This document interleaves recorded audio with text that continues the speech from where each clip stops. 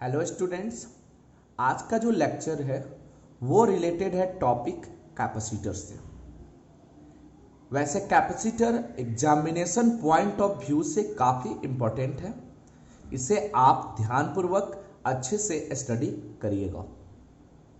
तो चलते हैं कैपेसिटर की ओर। कैपेसिटर को हम लोग दूसरे वर्ड में कंडेंसर भी कह सकते हैं। आप लोगों में से बहुत सारे लोग कंडेंसर सुने होंगे कि कंडेंसर होता क्या है और कंडेंसर को हम लोग कहाँ यूज करते हैं।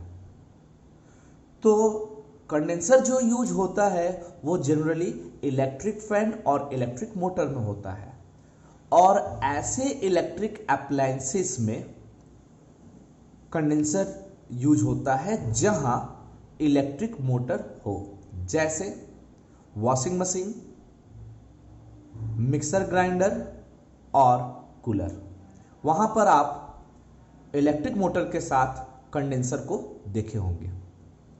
तो सबसे पहले हम लोग जानते हैं कि कंडेंसर क्या होता है और इसको हम लोग क्यों यूज करते हैं इलेक्ट्रिक फैन और इलेक्ट्रिक मोटर में, और साथ में ये भी जानेंगे कि हम लोग 12th क्लास में इसको इलेक्ट्रोस्टैटिक के अंतर्गत क्यों पढ़ते हैं।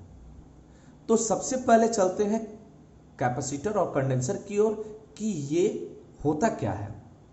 तो देखिए, कैपेसिटर और कंडेंसर मेटालिक प्लेट का अरेंजमेंट होता है जो इलेक्ट्रिक चार्ज को स्टोर करने की टेंडेंसी रखेगा एज इलेक्ट्रिकल एनर्जी। अब जो प्लेट यूज होता है, जो मेटालिक प्लेट का अरेंजमेंट है, वो किसी भी शेप में हो सकता है, चाहे वो सर्कुलर हो, स्फेरिकल हो, सिलेंड्रिकल हो या रेक्टेंगुलर हो या स्क्वायर प्लेट के रूप में हो। वो किसी भी प्लेट के रूप में होगा, किसी भी शेप में होगा, वो प्लेट चार्ज स्टोर करने की टेंडेंसी रखता है। अब ऐसी बात नहीं है कि मेटल का जो अरेंजमेंट होता है दो या दो से ज्यादा ही रखेंगे तभी वो चार्ज को स्टोर करेगा। सिंगल प्लेट भी, जिसको हम आइसोलेटेड प्लेट कहेंगे, वो भी इलेक्ट्रिक चार्ज को स्टोर करने की टेंडेंसी रखता है। इसको हम डिटेल में समझाएंगे। तो सबसे पहले हम लोग ये समझ लिए कि कैपेसिटर और कंडेंसर होता क्या है। तो कैपेसिटर या आइसोलेटेड मेटालिक प्लेट हो गया या अरेंजमेंट ऑफ मेटालिक प्लेट हो गया, जो इलेक्ट्रिक चार्ज को स्टोर करके टेंडेंसी रखेगा, स्टोर करने की टेंडेंसी रखेगा एज इलेक्ट्रिकल एनर्जी। तो इस तरह हम कह सकते हैं capacitor is the arrangement of metallic plates which have the tendency to store electrical energy as electric charge. अब कैपेसिटर जो होता है वो डिफरेंट शेप के होते हैं, जिसमें से हमने 6 टाइप पर कैपेसिटर यहाँ दर्शा रखा है। जिसमें से पहला है स्फेरिकल प्लेट कैपेसिटर, जिसमें प्लेट स्फेरिकल होंगे। पैरेलल प्लेट कैपेसिटर, यानी दो प्लेट पैरेलली प्लेस्ड होंगे, चाहे वो प्लेट सर्कुलर प्लेट्स हो या रेक्टेंगुलर प्लेट्स हो या स्क्वायर प्लेट्स हो। किसी भी प्लेट्स किसी भी शेप में हो, एक दूसरे के पैरेलल होंगे तो उन्हें पैरेलल प्लेट कैपेसिटर कहेंगे। सिलेंड्रिकल प्लेट कैपेसिटर, यानी जो प्लेट होगा वो सिलेंड्रिकल फॉर्म में होगा, यानी शेप उसका सिलेंड्रिकल होगा। पेपर प्लेट कैपेसिटर, यानी कि मेटालिक प्लेट को पेपर की तरह रोल कर दिया जाता है और रोल करने के बाद उसके अंदर एक डाइलेक्ट्रिक मटेरियल इंसर्ट कर देंगे तो वो कुछ कैपेसिटर की तरह बिहेव करेगा, उसको पेपर प्लेट कैपेसिटर। उसी तरह इंक्लाइन प्लेट कैपेसिटर, दो प्लेट एक दूसरे से किसी एंगल पर इंक्लाइन कर दे, जस्ट लाइक दैट, तो ये इंक्लाइन प्लेट कैपेसिटर कहलाएगा। देखिए, दोनों का बीच का डिस्टेंस वेरी कर रहा है। अगर यही दोनों पैरेलल हो जाए, बीच का डिस्टेंस कांस्टेंट हो जाए, तो उसे हम पैरेलल प्लेट कैपेसिटर कहेंगे। और नेक्स्ट है variable plate capacitor. Variable plate capacitor में कैपेसिटेंस का जो वैल्यू होता है वो बदलता रहता है। तो वेरिएबल प्लेट कैपेसिटर को हम पैरेलल प्लेट बनाकर और इसे बीच में इस तरह एरो दे देंगे तो ये वेरिएबल प्लेट कैपेसिटर को दर्शाएगा। तो इस तरह कैपेसिटर के कुछ टाइप्स को हम लोगों ने देखा। 12th क्लास के सिलेबस में हमें पैरेलल प्लेट कैपेसिटर को डिटेल में स्टडी करना है, लेकिन इस वीडियो में हमने स्फेरिकल प्लेट कैपेसिटर को भी ऐड किया है जो हमारे कॉन्सेप्ट को क्लियर करेगा। अब हम लोग ये जानते हैं कि जो इलेक्ट्रिक मोटर और इलेक्ट्रिक फैन में जो कंडेंसर यूज होता है उसका वहाँ एप्लीकेशन क्या है, क्या रोल है। क्या हम इलेक्ट्रिक मोटर को बिना कंडेंसर के रोटेट करा सकते हैं? तो आंसर है रोटेशन तो होगा, लेकिन उसका जो रोटेशन पर मिनट है, आरपीएम है, जो स्पीड है, उतना ज़्यादा नहीं मिल पाएगा। क्यों? क्योंकि इसके स्पीड को बढ़ाने के लिए इनिशियली बहुत large amount of ampere of current की आवश्यकता होती है। वो एम्पियर ऑफ करंट वो हमारे एसी सोर्स के द्वारा नहीं दे पाता। जैसे मोटर को चलने के लिए करीब 25 या 30 एम्पियर की करंट की रिक्वायरमेंट होती है, और जब हम अपने 220 वोल्ट वाले एसी सप्लाई से कनेक्ट करते हैं तो ये नियर अबाउट 5 या 6 एम्पियर का करंट ही प्रोवाइड करता है। तो इतना ज़्यादा एम्पियर ऑफ करंट कहाँ से आएगा? तो इतना ज़्यादा एम्पियर ऑफ करंट ये कैपेसिटर ही प्रोवाइड कर सकता है। ये कैपेसिटर एक इलेक्ट्रिक फैन का कैपेसिटर है जिसको हम कंडेंसर भी कहते हैं। आप लोगों में से बहुत सारे लोग इसे देखे भी होंगे। देखिए यहाँ पर इसका वैल्यू 3.15 MFD लिखा हुआ है। MFD का मतलब माइक्रोफैराड। फैराड कैपेसिटर का SI यूनिट है, कैपेसिटेंस ऑफ कैपेसिटर का। तो खैर, तो अगर हम इसको इलेक्ट्रिक मोटर के साथ कनेक्ट कर देते हैं तो चार्ज जो है इसके अंदर स्टोर हो जाता है, और चार्ज जो स्टोर होने की जो टेंडेंसी है वो एक इंस्टेंटेनियस प्रोसेस के अंतर्गत होता है। चार्ज इंस्टेंटेनियस प्रोसेस के अंतर्गत इसमें स्टोर हो जाते हैं, और साथ में इतना ज़्यादा अमाउंट ऑफ चार्ज स्टोर हो जाता है कि इससे जो सर्किट में करंट बाहर निकलता है वो लगभग 25 से 30 एम्पियर।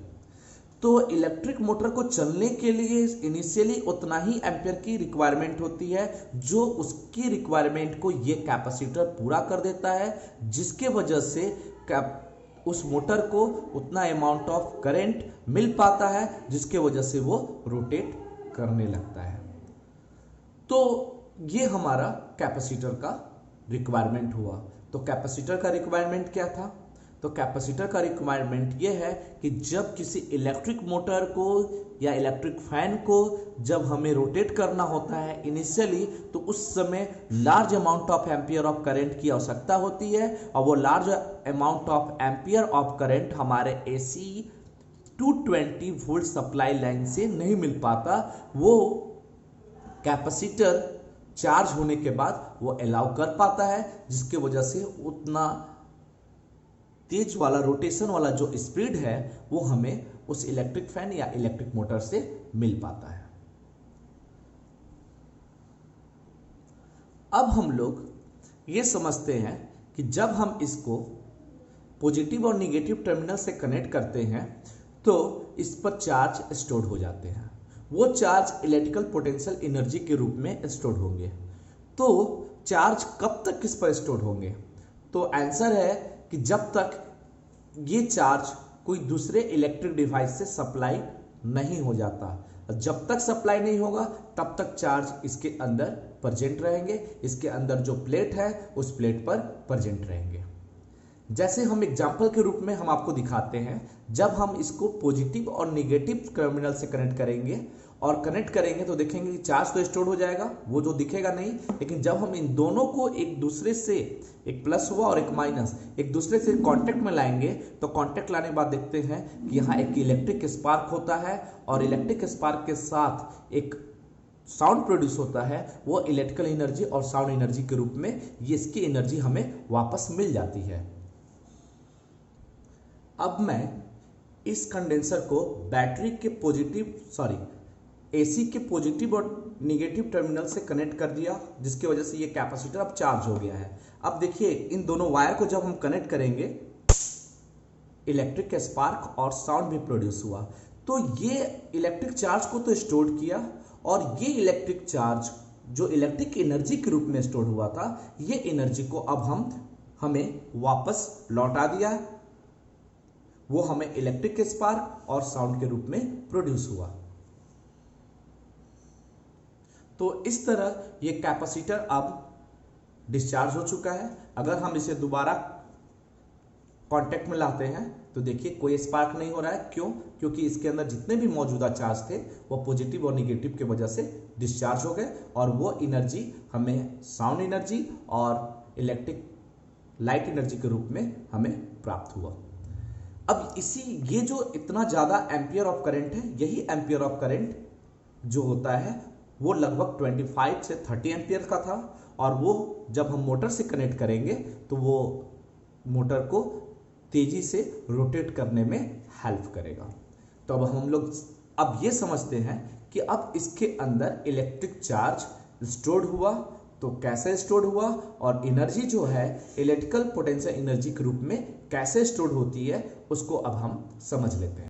अब हम ये समझते हैं कि जब किसी कंडक्टिंग बॉडी को चार्ज करते हैं तो चार्ज करने के क्रम में वो उस बॉडी के अंदर इलेक्ट्रिक पोटेंशियल एनर्जी स्टोर हो जाती है, चाहे वो बॉडी रेगुलर शेप में हो चाहे इरेगुलर शेप में हो। तो बॉडी के अंदर जो एनर्जी स्टोर होती है, एनर्जी को स्टोर्ड होने के इसी कॉन्सेप्ट को हमें समझना है। तो इस कॉन्सेप्ट को समझने के लिए हम कुछ बेसिक एग्जाम्पल लेके चलते हैं। बेसिक एग्जाम्पल के रूप में एक बॉडी जिसका मास m है, उस बॉडी को ग्राउंड पर रखा गया है। तो अभी इसके पास एनर्जी 0 है विथ रिस्पेक्ट टू ग्राउंड, तो इसकी ग्रेविटेशनल पोटेंशियल एनर्जी 0 कहेंगे।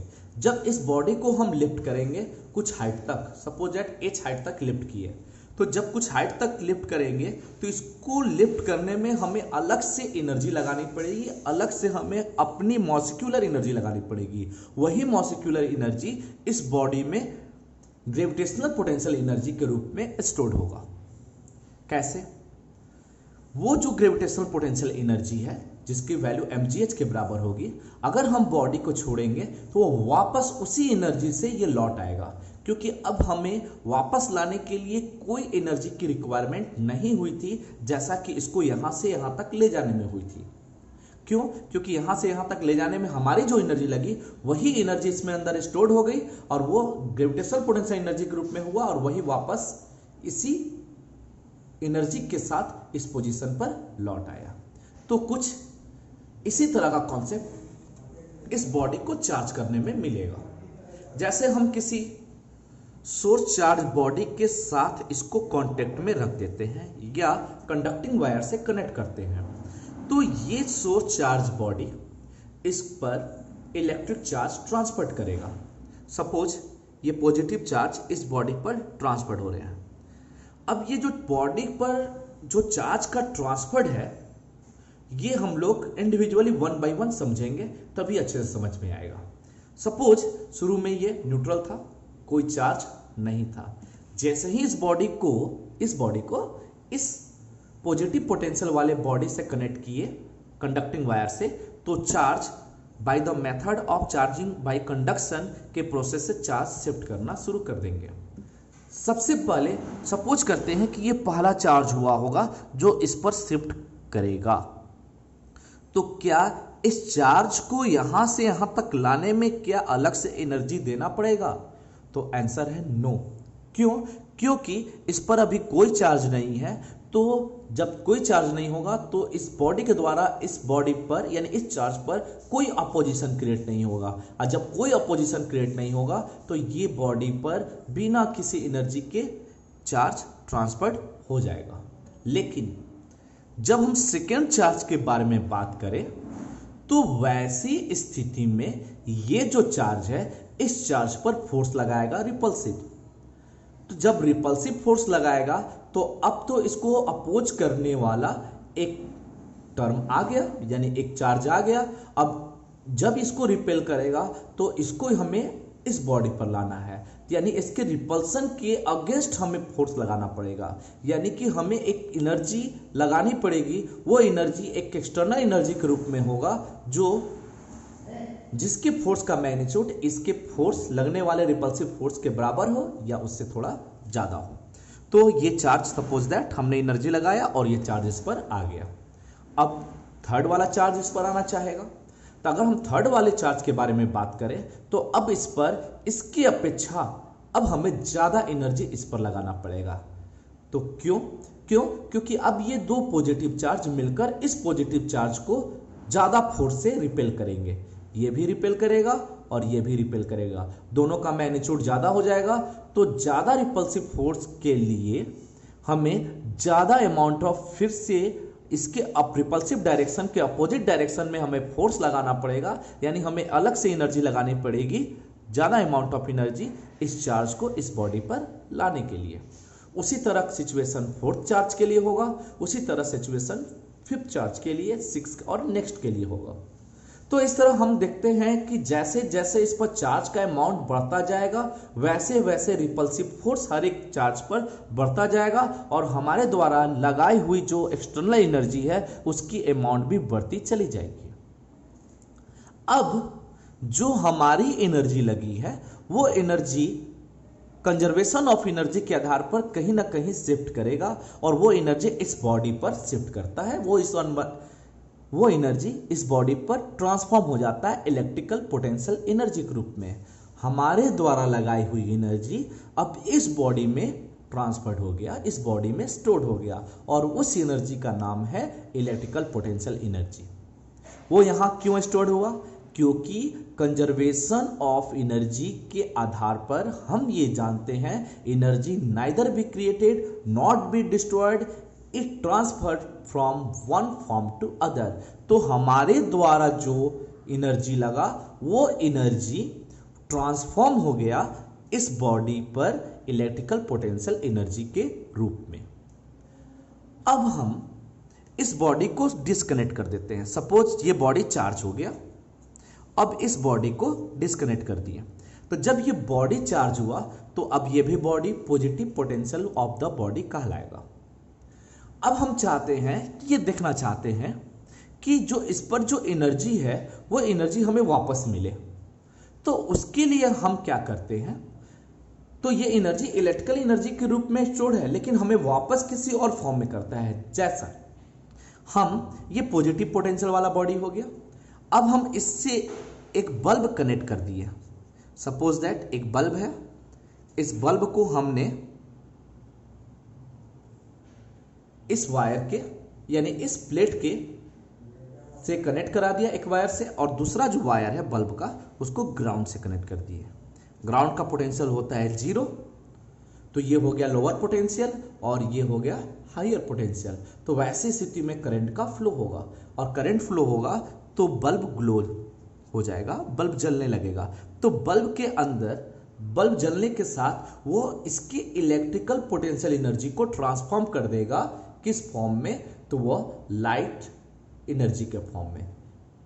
यहां पर जो एनर्जी मिलेगा वो लाइट के फॉर्म में मिलेगा। तो इस तरह हम कह सकते हैं कि जो हमारी एनर्जी है वो इलेक्ट्रिकल पोटेंशियल एनर्जी में स्टोर हो गई चार्ज करने के दौरान, और इसका जो मौजूदा चार्ज है वो जो इलेक्ट्रिकल पोटेंशियल एनर्जी है उसको हम इस फॉर्म में यानी लाइट एनर्जी के फॉर्म में प्राप्त कर लिए।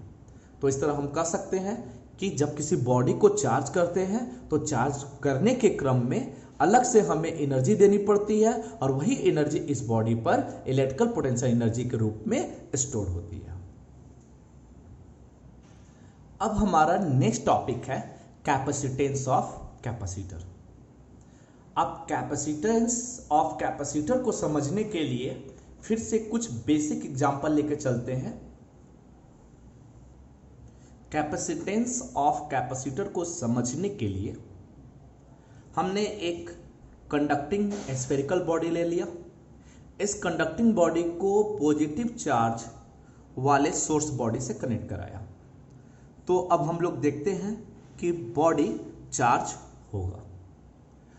अब हम ये देखते हैं कि जब हम इस बॉडी को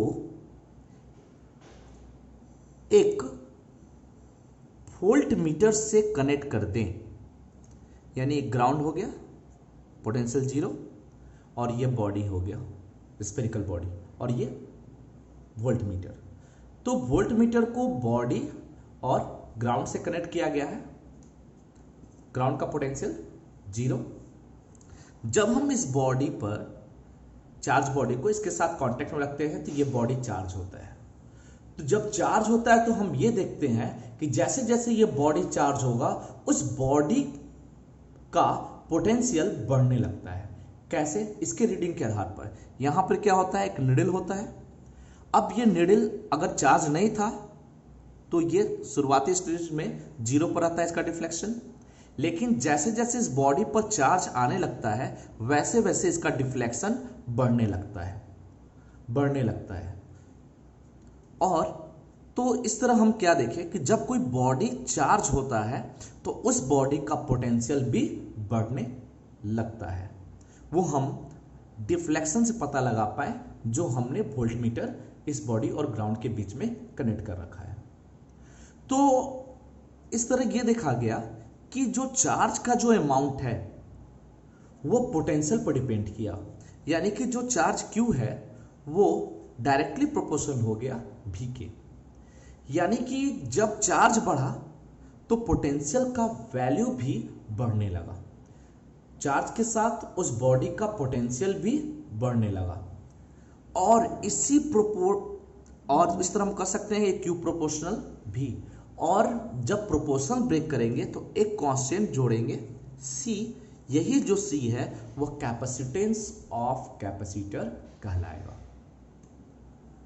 तो C इज इक्वल टू जो रिजल्ट आएगा Q अपॉन V।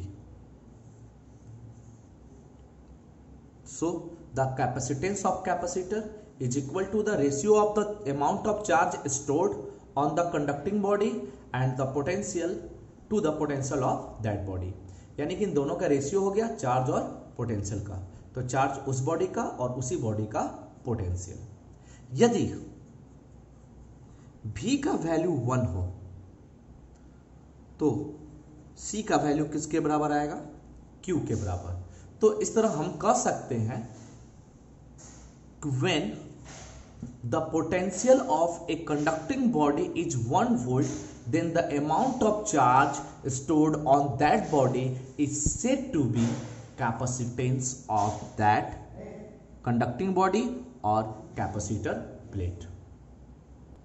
तो इस तरह हम लिख सकते हैं experimentally it is found that the amount of electric charge stored on the conducting plate of capacitor, it depends on the electric potential of that plates।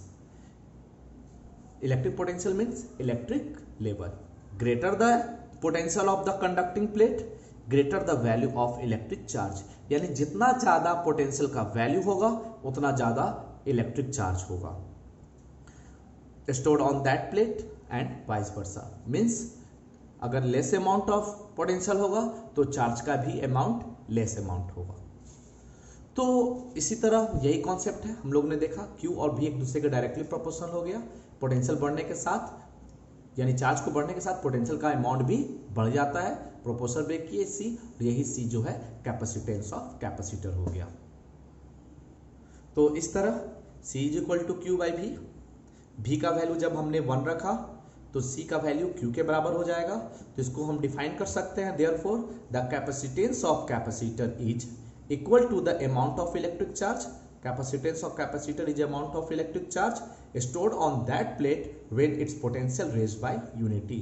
यानी इसके पोटेंशियल को 1 वोल्ट बढ़ाने के लिए जितना अमाउंट ऑफ हमें चार्ज उस conducting plate को देना होगा वही उस कैपेसिटर प्लेट का कैपेसिटेंस कहलाएगा। अब हम इसके यूनिट को देख लेते हैं।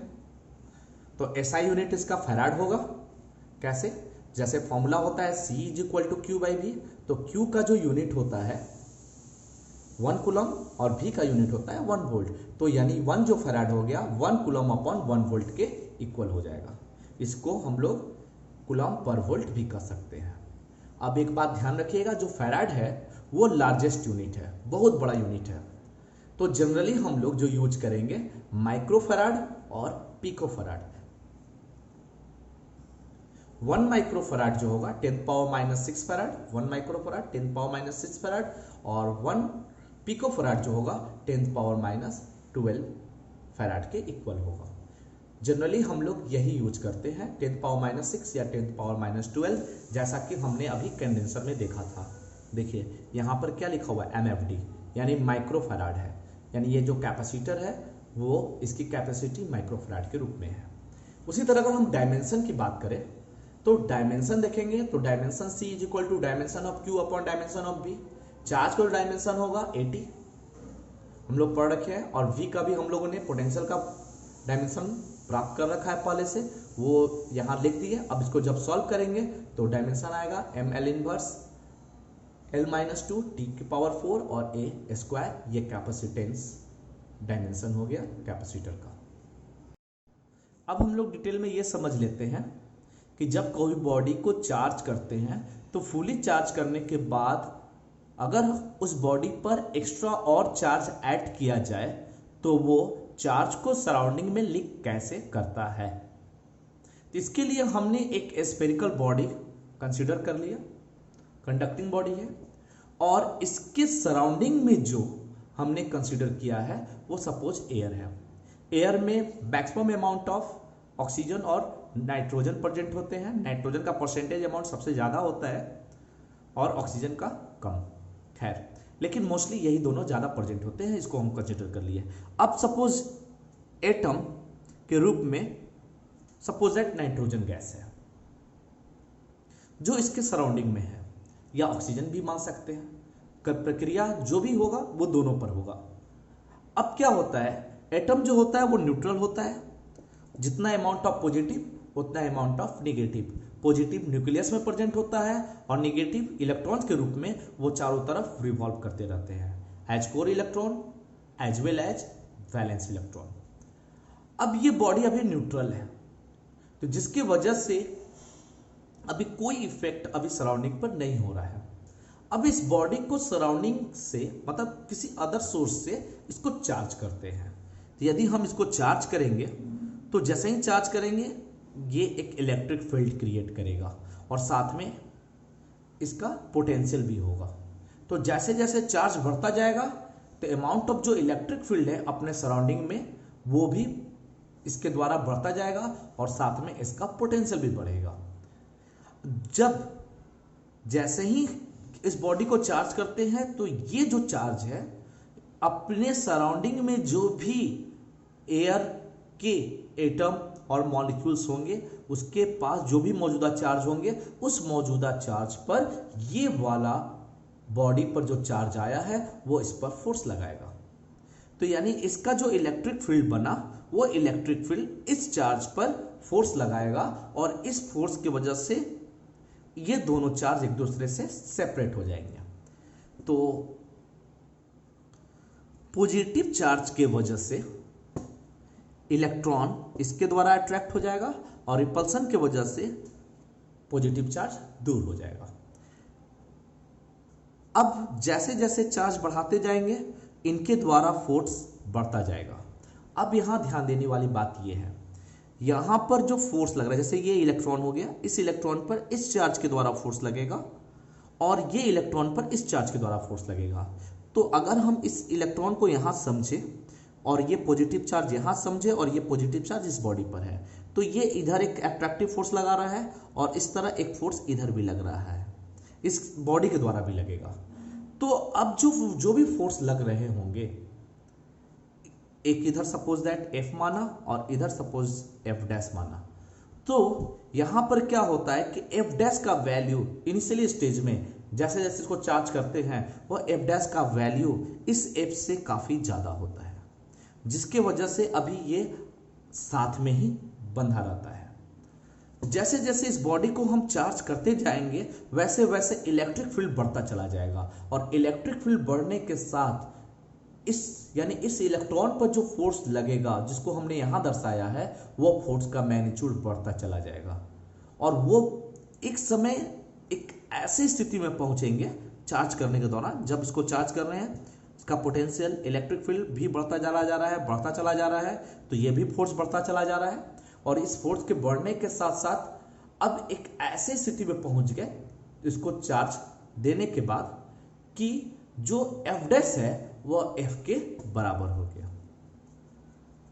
यानी कि न्यूक्लियस और इलेक्ट्रॉन के बीच में जो लग रहा फोर्स होगा और इलेक्ट्रॉन और इस चार्ज बॉडी के बीच में लगने वाला जो फोर्स होगा वो दोनों फोर्स बराबर हो गया कुछ अमाउंट ऑफ चार्ज देने के बाद।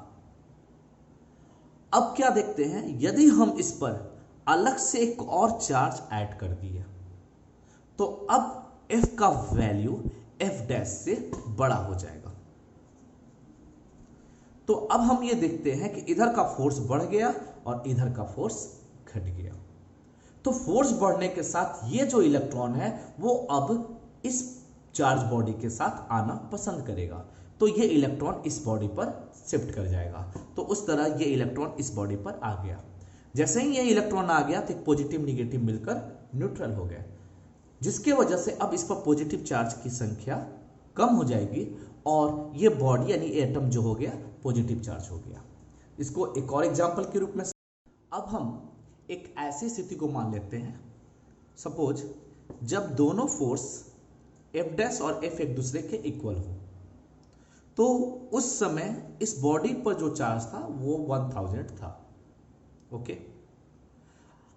तो इस चार्ज के आधार पर ये दोनों फोर्स एक दूसरे को बैलेंस किए हुए हैं। अगर हम एक्स्ट्रा एक चार्ज और दे देते हैं तो इस पर चार्ज का टोटल अमाउंट 1001 हो जाता है। ओके, तो 1001 चार्ज होने से क्या होगा, इसका इलेक्ट्रिक फील्ड 1000 वाले चार्ज से बढ़ जाएगा, फोर्स बढ़ जाएगा एफ डैश के रिस्पेक्ट में। तो फोर्स बढ़ने की वजह से ये इलेक्ट्रॉन पर लगने वाला फोर्स इधर वाले फोर्स की अपेक्षा बढ़ने की वजह से ये इलेक्ट्रॉन इस बॉडी पर चला आएगा और इस बॉडी पर आने के साथ अब इस पर टोटल चार्ज, इलेक्ट्रॉन माइनस है तो इसलिए -1 दर्शाया, टोटल चार्ज फिर से 1000 ही हो जाएंगे। यानी कि जब हम एक्स्ट्रा 1 चार्ज दिए तो वो 1 चार्ज वो सराउंडिंग में चला गया। क्यों? क्योंकि जब ये चार्ज दिए थे तो ये पॉजिटिव यहां से डिसअपियर हो जाएगा, वो सॉरी निगेटिव इस एटम से डिसअपियर होकर यहां चला आएगा और ये यहीं पर आ गया, जिसकी वजह से ये एटम जो हो गया पॉजिटिवली चार्ज हो गया। तो यहां से कह सकते हैं कि इसमें मैंने जो एक्स्ट्रा जो चार्ज दिया वो चार्ज लिख करके इसके सराउंडिंग में चला गया। तो इस तरह हमारा जो मौजूदा चार्ज है वो 1000 का 1000 ही रहता है। अगर हम फिर से एक्स्ट्रा चार्ज देते हैं तो फिर से अपने सराउंडिंग में वो चार्ज को फिर से लीक कर देगा वो इलेक्ट्रॉन को गेन करने के बाद। तो इस तरह हमारा किसी भी बॉडी को हम चार्ज करते हैं तो वो एक लिमिट ऑफ चार्ज को कंटेन करने के बाद बाकी जो चार्जेज होते हैं वो सराउंडिंग में दे देते हैं और सराउंडिंग में देने के बाद चार्ज वो जो सराउंडिंग का मीडियम है वो इलेक्ट्रीफाइड हो जाता है। तो इस तरह हमने ये प्राप्त किया, कोई भी बॉडी चार्ज एक लिमिट तक ही हो सकता है, उसके बाद अगर उस बॉडी को चार्ज करे तो वो अपने सराउंडिंग में चार्ज को लीक कर देगा। अपने सराउंडिंग में जो भी मीडियम होंगे उस मीडियम को इलेक्ट्रीफाइड कर देगा, उसके डाइलेक्ट्रिक जो स्ट्रेंथ होंगे उसको ब्रेक कर देगा। जैसा कि अभी हम लोगों ने एयर के केस में देखा, एयर के केस में जो डाइलेक्ट्रिक स्ट्रेंथ होता है उसको ब्रेक करने के लिए, यानी एयर के डाइलेक्ट्रिक स्ट्रेंथ को ब्रेक करने के लिए जो रिक्वायर्ड इलेक्ट्रिक फील्ड होना चाहिए उसे ध्यान रखिएगा 3 × 10⁶ वोल्ट पर मीटर होनी चाहिए। यदि हम इतना ही अमाउंट ऑफ इलेक्ट्रिक फील्ड दे दे कोई बॉडी को तो वो अपने सराउंडिंग में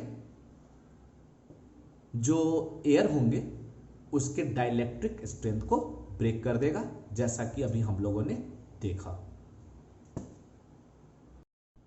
तो इस तरह फिजिकल सिग्निफिकेंस ऑफ कैपेसिटर वाला टॉपिक कंप्लीट हुआ, यानी limit of charging of body complete हो गया। अब इसको समझने के बाद अब हम लोग स्फेरिकल प्लेट कैपेसिटर और parallel plate capacitor next lecture में स्टडी करेंगे।